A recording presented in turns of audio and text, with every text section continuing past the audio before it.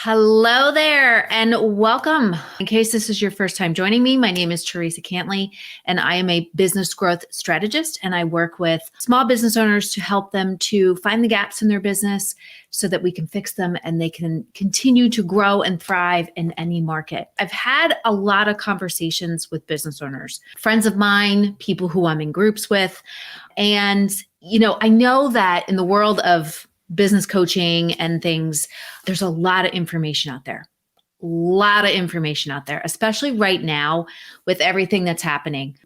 People trying to tell you, you need this strategy, you need this thing, you need this tool, you need this tactic, you need to do this with your marketing. And it's just a lot to take in. And I know people that I work with one-on-one. I work with a lot of businesses that have been hard hit this year with everything that we've been through. And I know the first gut reaction is to just jump on anything and everything that you see and just try everything and just throw everything out there and not really take the time to think about things. And right now, more than ever, is when we need to take a step back and say, it's not necessarily that you need a new strategy, but you actually need to take what you've been doing, look at it and say, what is it that we do well? What is it that we do really, really good? And what is it that we don't do so good and we need to do less of? And a lot of people that I've talked to don't want to, sweat the details on this stuff. They don't want to take the time to look at what it is that they do really, really well. And maybe they need to do more of, and the things that they've been doing that they don't do so well, and maybe they need to fix, they need to adjust, they need to redefine, or maybe they need to just let go of that piece. And I like to look at it, and as I was talking to my copywriter the other day, I like to look at it like there's 4 different types of business owners out there. There is the one that is the avoider, the person that doesn't really want to take ownership of things. They want magic.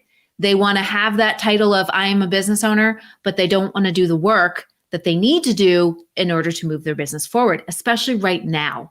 And right now, the work that you need to do isn't this fun, fabulous, glorious, super fantastic, marketing strategy. It's really about doing less and going back to the basics. So you have the avoider that doesn't want to take ownership. They either want to just delegate it off to everybody else. They want somebody else to do it for them. They want to pay somebody to do it. And then they get really upset and they're not happy with the results that they just paid for. And they're even more frustrated because they don't have the money to pay for it right now. So then you have the people pleaser, the people that say yes to everything. Absolutely everything. They say yes to their employees. They say yes to vendors. And they don't focus on the things that they need to do. They're focusing on what everybody else should be doing and taking responsibility for it. And then they can't figure out why no one else is stepping up to the plate, and they end up resenting their business. And I've seen a lot of that lately. I can say I am a reformed people pleaser. I still struggle with it from time to time. I am not immune to it. I don't think really anybody is. But there are some business owners that's all they do, to the detriment of themselves and to the detriment of their business. And I've seen that a lot. And that happens a lot with people who are creative, people who are givers. The third type is the control master. And the control master has to control everything. And what happens when we want to control everything, we become the bottleneck in our business. We become that stopgap where stuff can't get through. We also squish the creative energy of our team, of ourselves, of anybody who's involved in the business. We squish that creative energy and it creates a negative vibe in the business. And right now, there's so much negativity out there. We don't need to add any more into our business. And the fourth type of business owner and entrepreneur is the visionary. And this is the person that can let go of having things perfect, can be transparent, a transparency that shows the vulnerability that I don't have all the answers. They're okay with not having all the answers, but they're still going to lead their team. They also include their team as part of the creative process. They don't necessarily are telling them, okay, this is what we're going to do, and you're just going to do it, and that's it. That's the control master. They say, this is what I want to do. This is my vision. How do you think we can get there? These are my ideas. I want to hear what you have to say. And these 4 different types of entrepreneurs, 4 different types of business owners have their own set of consequences if you continue to be one of those. And I don't know if this resonates with you, but if you're an entrepreneur or a business owner and you think you're one of those, let me know in the comments. Let me know which one you think you are. Are you the control master?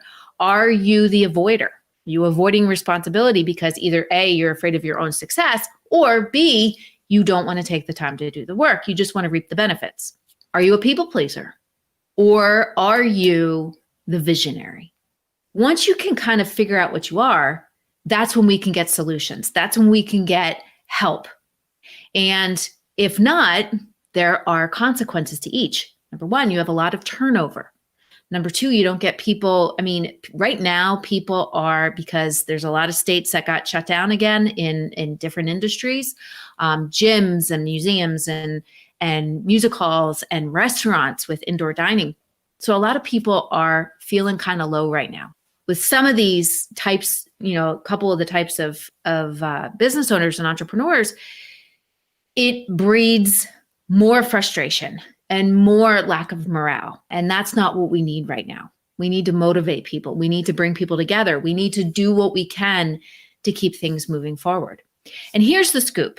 I've worked for many small business owners, and I was just telling my assistant earlier today, I said, one of the things I'm obsessed with is college sweatshirts. I mean, this college, Lehigh University, my brother and my father actually went to, but I was like, I don't know if I should do lives getting on there, with college sweatshirts. I love college sweatshirts. It's like one of these things that I'm like, I don't want to say obsessed with, but I love it. And my husband has gotten me sweatshirts from all over the place that he's traveled to. But, and she said to me, you know what? It doesn't matter. It doesn't matter. Like, that's who you are. So that's who I'm going to show up as, is who I am.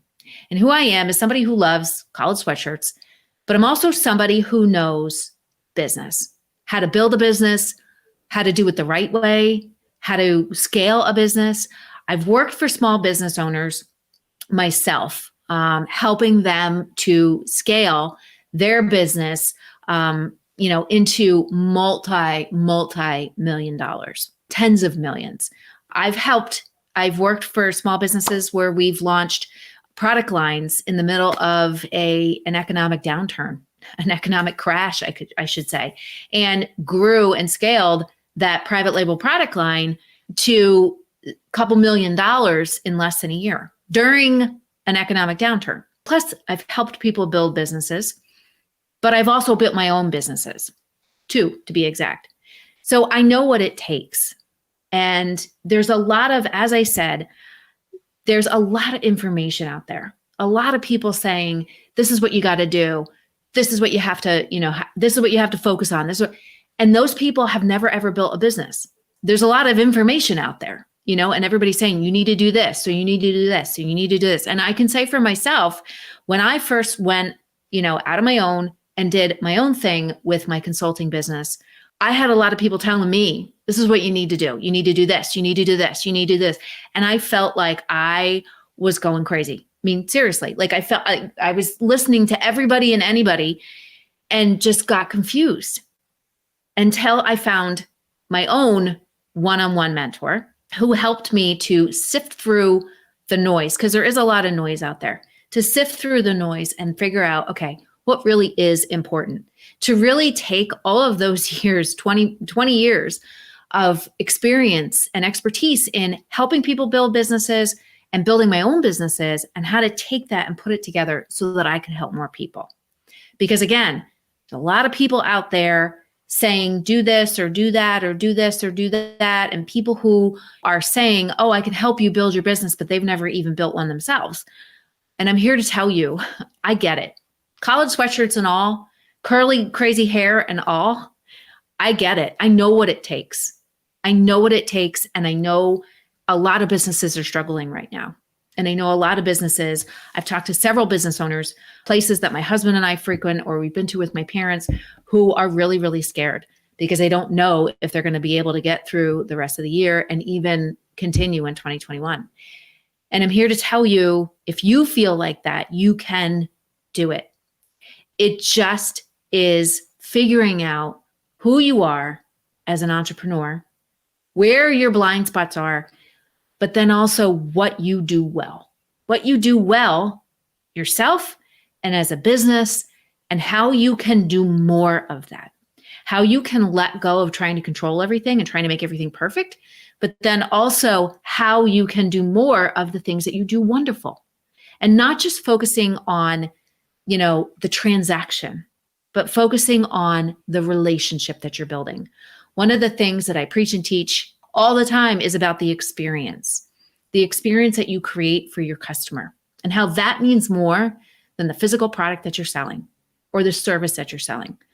What means more is the experience that you're creating for your customer, for your employees, for yourself, for your vendors, for your community. That is what is important. And if you're not sweating the details in that, and you're not trying to figure out where can I improve myself as a leader, nothing's going to work. You can put any new strategy, new tactic, new whatever in place, and it might work initially, but it's not going to be long term, because you need to figure out what it is that you can do better and who you are so that you can continue to move yourself forward. And I am here to tell you, as clear as I know my name, I've seen business owners frustrated and ready to give up. And then all of a sudden it clicks and they turn around. And the next thing you know, they are seeing the results that they want to see. So I'm here to tell you, you can do it. You can absolutely do it. I hope that this helped you. A couple of things that you can think about is, what type of entrepreneur am I? What type of business owner am I? I gave you 4 different types. And then also taking a look at it and saying, okay, what can I do? What do we do good? And what can we do better? What do we not do so good? And what do we need to let go? And if you think about those things first, it'll open up a whole bunch of things that you can focus on to help you to start redefining and start building a plan to move forward. Anyway, I hope this helped you today. Have a great rest of your day. And thank you so much for joining me. And I will see you soon.